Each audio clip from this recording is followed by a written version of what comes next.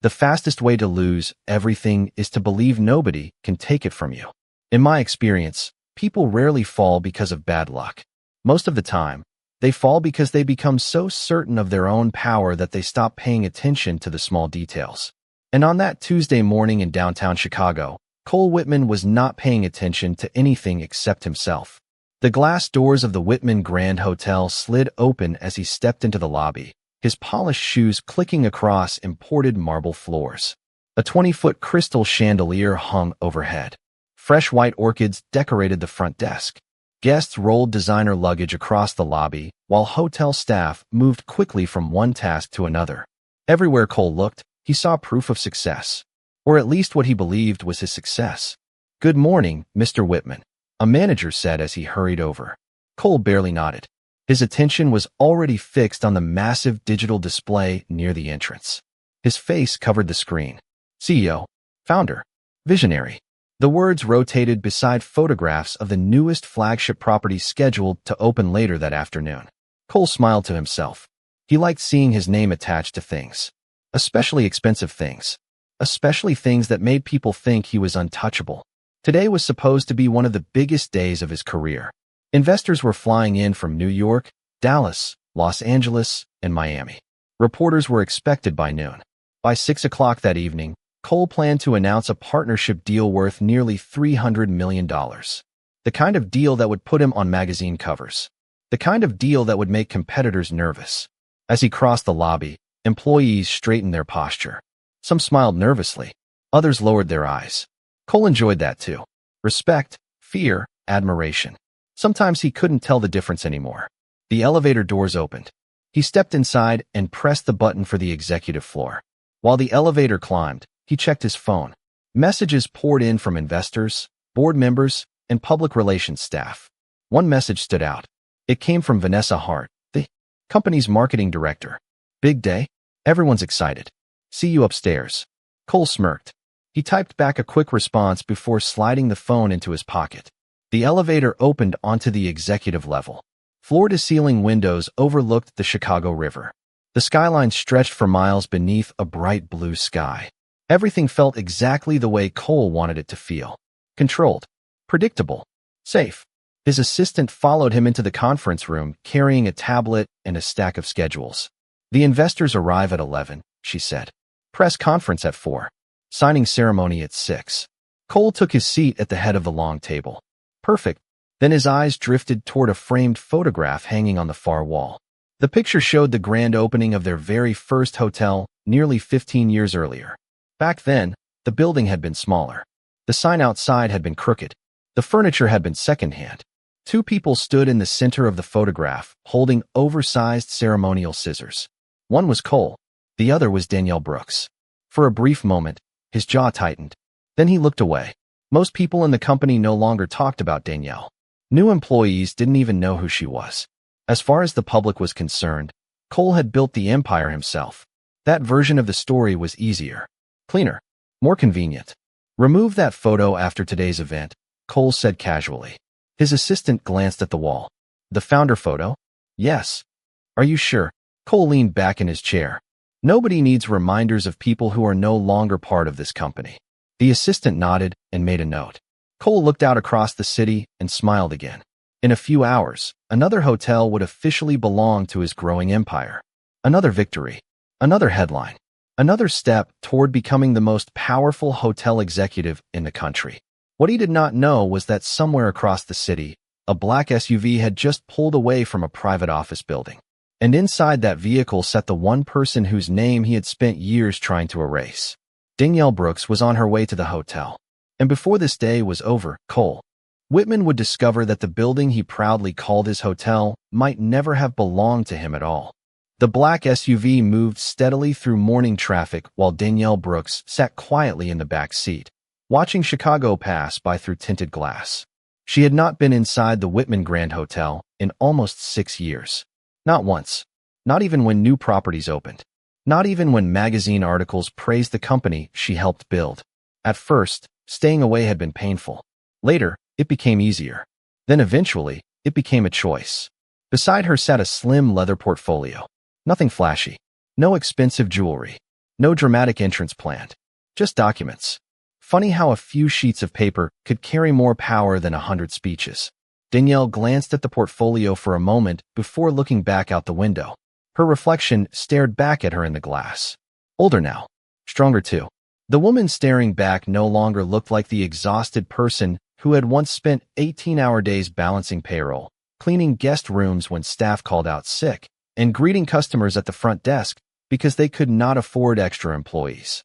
Back then, there had only been one hotel.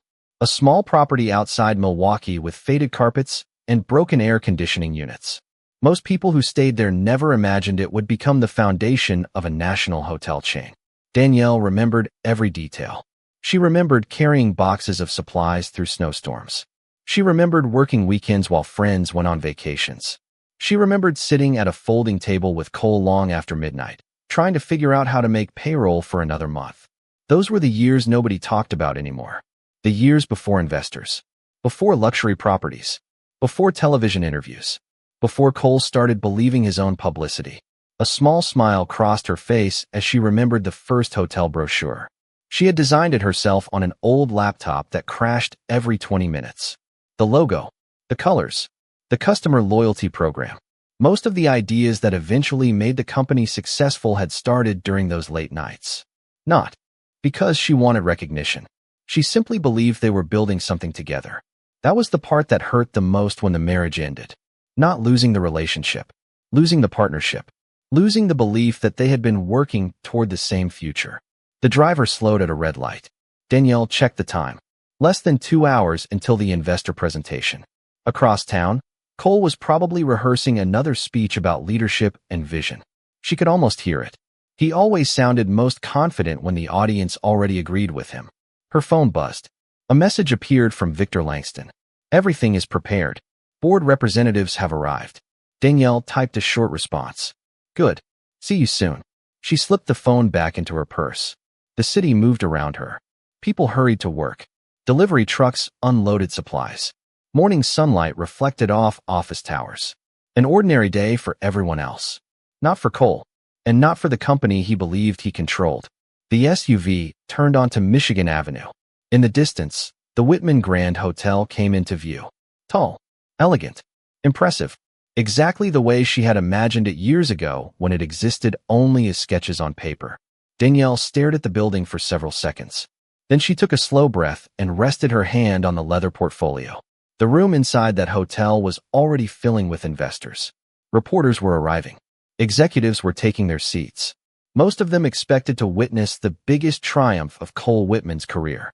None of them realized they were about to witness something very different. Cole Whitman loved conference rooms when he was the one controlling them. By 10:30 that morning, the executive boardroom on the top floor was filling with investors, consultants, attorneys, and financial partners. Coffee cups sat beside polished leather folders. Large screens displayed projections for the company's newest expansion plans. Every seat carried a printed agenda with Cole's name at the top. He stood near the windows, speaking confidently with a group of investors from Texas. They laughed at his jokes. They nodded at his predictions. Everything looked exactly the way success was supposed to look. Vanessa Hart moved through the room greeting guests and making sure reporters would have access later that afternoon. She stopped beside Cole and adjusted his tie. Big day, she said with a smile. The biggest yet. Cole glanced around the room. After today, nobody can question who built this company. Vanessa nodded immediately. Nobody already does.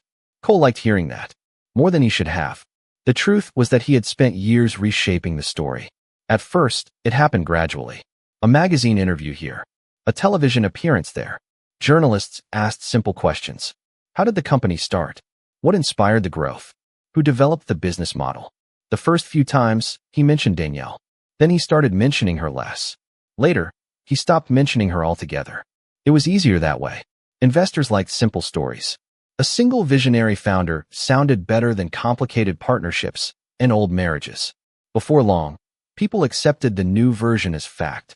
And Cole accepted it too. He walked toward the presentation screen and reviewed the final slides. Revenue growth. Occupancy rates. Future developments. Everything pointed upward. Everything suggested the company was stronger than ever. One board member approached carrying a tablet. There is a small issue with one of the legal review files. Cole barely looked up. Handle it. The attorneys requested confirmation on an older ownership agreement. Cole sighed. That document has been reviewed for years. I know. Then stop wasting time on it. The board member hesitated before walking away. Cole never noticed the concerned expression on the man's face. He was too focused on the celebration he expected later. Too focused on headlines that had not been written yet. Across the city, Danielle's vehicle entered the underground parking structure beneath the hotel. Meanwhile, inside the boardroom, another investor approached Cole. You must feel proud today. Cole smiled confidently. I do. Building something like this from nothing is impressive. Cole nodded. It took vision.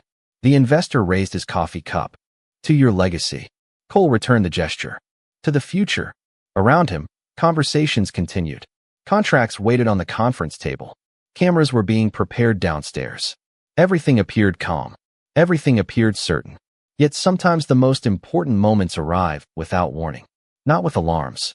Not with shouting. Just a quiet shift that nobody notices until it is already too late. And as Cole stood there enjoying the admiration of the room, a notification quietly appeared on several board members' phones at exactly the same time. Most ignored it at first. One executive opened the message and immediately went pale. Another read it twice to make sure he understood what he was seeing. Then a third person slowly lifted his eyes toward the conference room doors. Because according to the official notice that had just arrived, someone they had not seen in years had entered the building. And unlike Cole, they understood exactly what that could mean. Danielle stepped out of the elevator and into a private executive corridor she knew better than most people in the building. The carpet had changed. The artwork on the walls had changed. Even the lighting felt different. But the structure remained the same. She remembered helping choose the original floor plan years ago when the company could barely afford a proper architect. A few employees looked up as she passed. Some froze immediately. Others stared for a second before recognition appeared in their eyes. One older employee nearly dropped the folder he was carrying. Ms. Brooks? He asked quietly. Danielle stopped and offered a small smile. Good to see you again, Michael. The man's expression shifted from surprise to something closer to relief. He had worked for the company for nearly 14 years. Long enough to remember the truth. Long enough to remember who used to sit in the office at the end of the hall. As Danielle continued walking, whispers spread faster than she expected. A receptionist sent a text message. An operations manager made a phone call. Someone from accounting stepped out of an office just to confirm what they had heard. Meanwhile, inside the boardroom, several executives were no longer paying attention to the presentation materials. They were watching their phones, reading the same notification again and again. Official board notice. Danielle Brooks has entered company premises under authorized governance review status. One board member removed his glasses and rubbed his forehead. Another quietly opened an old legal archive on his tablet. Suddenly, that ownership agreement mentioned earlier no longer seemed like a minor issue. Cole noticed the distraction. Is there a problem? He asked. Nobody answered immediately. That irritated him. Gentlemen, finally one executive cleared his throat. It is probably nothing. Cole leaned back in his chair, then stopped looking like someone died. A few nervous laughs followed. The room relaxed slightly, at least on the surface, but not everyone was convinced. Some people remembered details that had been buried for years. Details involving emergency financing, original ownership structures, special voting rights, agreements signed during the company's earliest and most desperate days. Agreements nobody had discussed in a very long time. Down the hall, Danielle entered a conference room where Victor Langston was already waiting. Several legal binders sat neatly arranged across the table. A large screen displayed financial records, board resolutions, and archived corporate documents. Victor stood as she entered. Everything is ready. Danielle took a seat. Any surprises? Victor slid a folder toward her. A few. The internal audit uncovered more than we expected. Danielle opened the folder.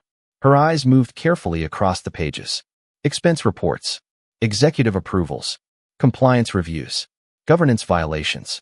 The deeper she read, the quieter she became. Victor watched her expression. The board has seen portions of it. Danielle closed the folder slowly. And Cole? Victor almost smiled.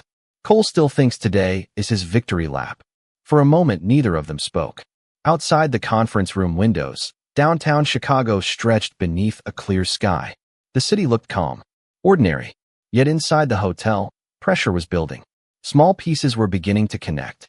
Old decisions. Forgotten. Signatures. Ignored documents. Years of assumptions. The kind of things people overlook when they believe they will never be challenged. Victor checked his watch. The board meeting begins in less than 30 minutes. Danielle rose from her chair and picked up the leather portfolio she had carried into the building. Then I suppose it is time everyone remembers how this company was actually built. Cole stood at the front of the boardroom and felt completely in control. The presentation screens glowed behind him. Charts showed record revenue. Expansion maps stretched across 3 states. Investors nodded as he spoke about future acquisitions, luxury developments, and projected growth. Every number looked strong. Every slide reinforced the same message. Success. The room responded exactly the way he expected. People took notes. Some smiled. Others whispered approval to colleagues seated beside them. For the first time that day, the tension he had noticed earlier seemed to fade. Whatever distraction had been bothering the board members was apparently over.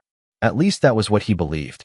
Within 18 months, Cole said confidently, we expect to increase our premium portfolio by another 30%. Several investors exchanged impressed looks. One of them raised a hand. And the financing structure is secure? Completely secure. Cole replied without hesitation. We have never been in a stronger position.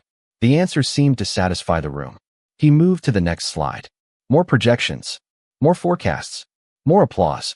Vanessa sat near the front with a proud smile on her face. She had already begun imagining tomorrow's headlines. Industry publications would praise Cole's leadership. Business networks would request interviews. The company's stock value would likely rise. Everything appeared to be falling perfectly into place. Then the boardroom doors opened. Not dramatically, not loudly, just enough to interrupt the flow of the meeting. Conversations stopped. Heads turned. A few people immediately sat straighter in their chairs. Cole glanced toward the entrance, annoyed by the interruption. His expression barely changed at first. Then he saw who had entered. Danielle Brooks walked into the room, carrying the same leather portfolio she had brought into the building. Victor Langston followed beside her. Neither appeared rushed. Neither appeared nervous. They moved with the calm confidence of people who already knew something everyone else did not. For a second, nobody spoke. The silence felt strange, heavy, uncomfortable. Then Cole laughed softly. Well, this is unexpected. Danielle did not respond. She simply took a seat near the center of the board table. Several board members immediately shifted their attention toward her. One investor quietly asked the person beside him, "Who is she?" The answer came in a whisper. One of the original founders. Cole heard it. His smile tightened slightly. "This is a private meeting," he said. "I assume there is some misunderstanding." Victor placed a folder on the table. No misunderstanding. The room became even quieter. Cole looked around and noticed something that finally bothered him. Nobody was asking security to remove them. Nobody was objecting. In fact, several board members looked relieved. One elderly director actually nodded toward Danielle as if he had been expecting her. That was the first moment a small feeling of unease appeared in Cole's stomach. Not fear. Not yet. Just confusion. The kind that appears when a situation stops following the script you wrote for it. Danielle rested both hands on the portfolio and looked across the table. Her voice remained calm. "Please continue your presentation, Cole."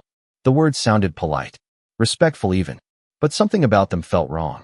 Because for the first time that day, Cole realized he was no longer the person controlling the room. And somewhere deep inside, a question began forming that he could not ignore. If Danielle had come back now, after all these years, what exactly had she come to take? For several long seconds, nobody moved. The presentation screen still displayed growth projections behind Cole, but nobody was looking at them anymore. The attention of the room had shifted completely. Cole forced a smile and straightened his jacket. "Since we seem to have an audience now, perhaps we can stay." Focused on the agenda. Danielle remained calm. "I agree. Let us focus on the agenda." Something about her tone unsettled him. It was not angry. It was not emotional. If anything, it sounded like someone discussing routine business. Victor opened the folder he had placed on the table. Several board members immediately reached for copies that had already been distributed before the meeting. That caught Cole's attention. His eyes narrowed.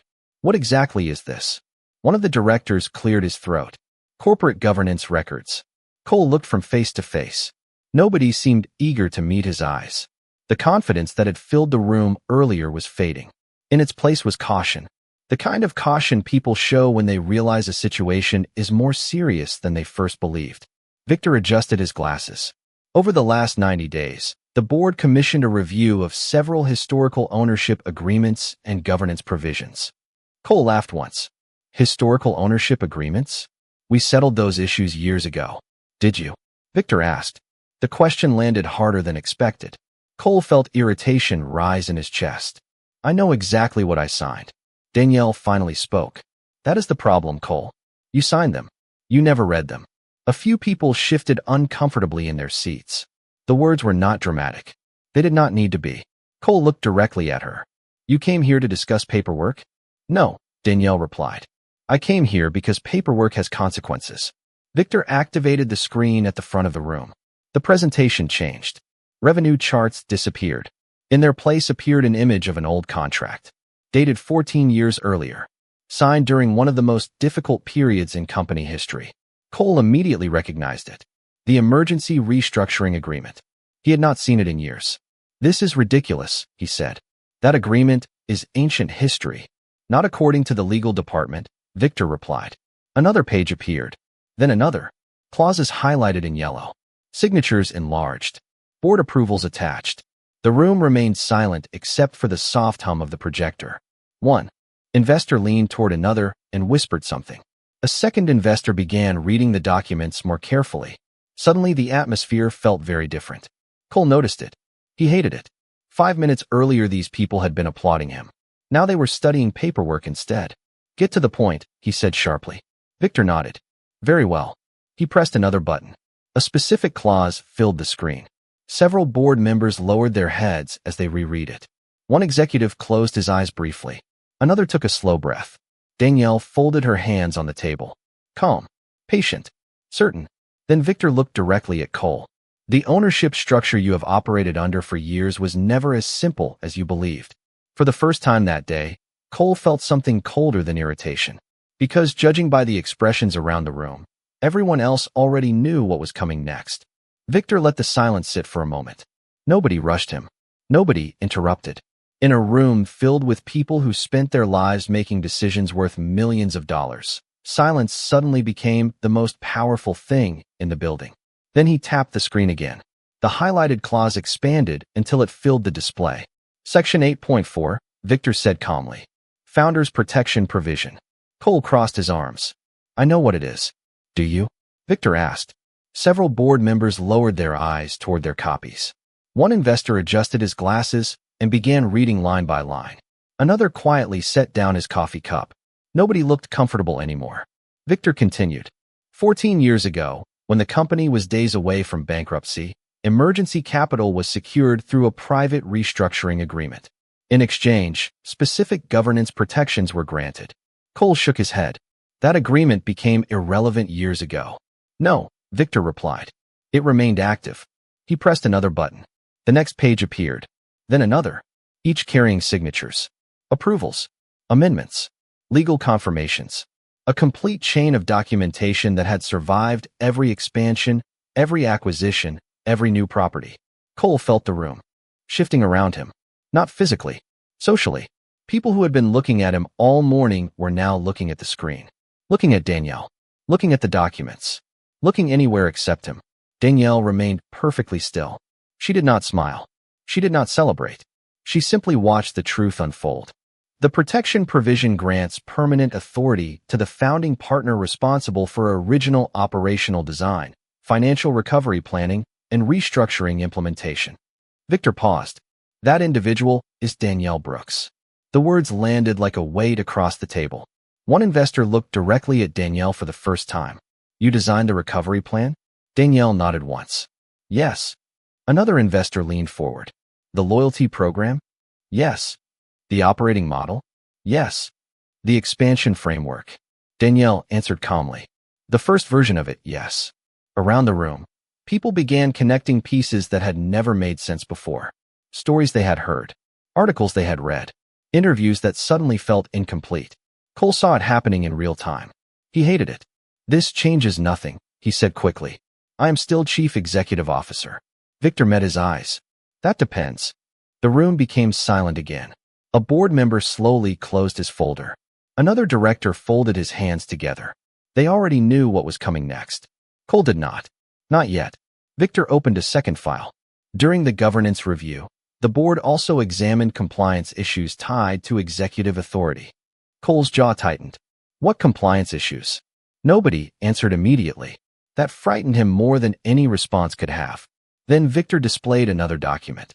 Internal audit findings. Executive approvals. Financial authorizations. Governance exceptions. The kind of paperwork most executives never expected to become public.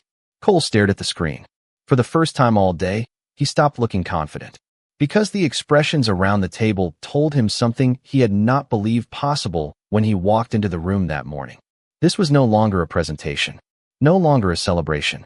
No longer his stage. And as the board prepared to review the next document, Cole finally understood that Danielle had not returned to make a statement. She had returned because she already had the evidence. The boardroom no longer felt like the same room Cole had entered that morning. The confidence was gone. The easy smiles were gone. Even the investors who had been praising him less than an hour earlier now sat quietly, studying documents instead of listening to explanations. Victor clicked to the next file. A series of audit summaries appeared on the screen. Dates. Authorizations. Internal findings. Everything organized with careful precision. The governance review identified multiple instances where executive authority exceeded the limits established under the Founders Protection Provision, Victor said. Cole immediately shook his head. That is your interpretation. No, Victor replied. It is the conclusion of the Independent Review Committee. Several board members nodded. They had already seen the reports. Cole had not. That realization was beginning to bother him more than anything else. He looked around the room searching for support. For someone to challenge the process. For someone to remind everyone who had been leading the company all these years. Nobody spoke. Vanessa finally broke the silence. This is ridiculous. The company has performed better than ever. One investor looked toward her. Performance is not the issue. Another added, governance is. The distinction seemed small. It was not. Danielle remained calm as the discussion continued around her. She had waited years for this moment, yet there was no satisfaction on her face. No celebration. No anger. Only patience. The kind that comes from knowing the facts no longer require defending. Victor opened the final section of the report. Based on the findings, the review committee submitted a recommendation to the board. Cole felt his stomach tighten. What recommendation? Nobody answered immediately. The chairman of the board slowly stood from his seat near the end of the table. An older man who had worked with both founders since the earliest days of the company. His voice remained steady. The board met privately. This morning before today's presentation. Cole stared at him. Without informing me? Yes. You cannot be serious. The chairman ignored the interruption. Following review of the governance findings, the board voted unanimously. The word landed heavily. Unanimously. Not close. Not divided. Unanimously. Several investors exchanged looks. Even they seemed surprised. The chairman continued. Under the authority established in the founding agreements and activated through the review process, executive control is transferred effective immediately. The room became perfectly silent. Nobody moved. Nobody even seemed to breathe. Cole stared at the chairman, then at Victor, then at Danielle. He was waiting for someone to tell him there had been a mistake. Nobody did. Transferred to whom? He asked quietly. The chairman turned toward Danielle. To the controlling founder, Danielle Brooks. For a moment, Cole simply sat there. The words did not seem real. The hotel, the company, the board, the authority he had treated as permanent. All of it had shifted in less than a minute. Across the room, Danielle slowly stood. Not as someone claiming victory. Not as someone seeking revenge. She stood because the responsibility she helped build years ago had finally returned to her. And as every eye in the room followed her, Cole understood something he should have understood long ago. Power is not determined by who sits in the biggest office. It belongs to whoever still holds the keys when the truth finally arrives. For a long moment after the vote, nobody spoke. The city skyline still stretched beyond the windows. The presentation screens still glowed. Coffee cups remained half full on the table. Yet everything felt different. It was as if the room itself had shifted. Danielle looked around at the faces watching her. Some were surprised. Some looked relieved. A few seemed embarrassed by how long it had taken for the truth to surface. She understood all of it. What she did not feel was triumph. Because despite everything that had happened, this company had once been her dream too. The chairman stepped forward. "Ms. Brooks, would you like to address the board?" Danielle nodded. Slowly, she stood at the same end of the table where Cole had been standing earlier that morning. The difference was impossible to ignore. Less than an hour ago, he had spoken about ownership, about legacy, about the future. Now every eye in the room was on her. Danielle placed the leather portfolio on the table. 14 years ago, this company was a single property with peeling paint, outdated furniture, and more debt than revenue. A few people smiled quietly. They remembered. Back then, nobody cared about titles. Nobody cared about recognition. We cared about survival. The room remained silent. We built something worth believing in.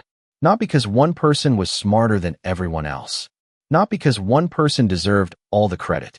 We built it because people worked together. Her eyes briefly moved toward Cole. Not with anger. Not with satisfaction. Simply acknowledgement. Somewhere along the way, that was forgotten. Nobody argued. Nobody could. Danielle closed the portfolio. My focus is not the past. My focus is restoring trust in the future. Several investors nodded immediately. One board member even began applauding softly before others joined. The sound spread across the room. Respectful. Genuine. Earned. Across the table, Cole remained seated. The applause was difficult to hear because it reminded him of something he had spent years ignoring. Respect given freely always lasts longer than admiration demanded through power. Eventually, the meeting ended. Investors gathered their materials. Directors exchanged handshakes. Attorneys collected documents.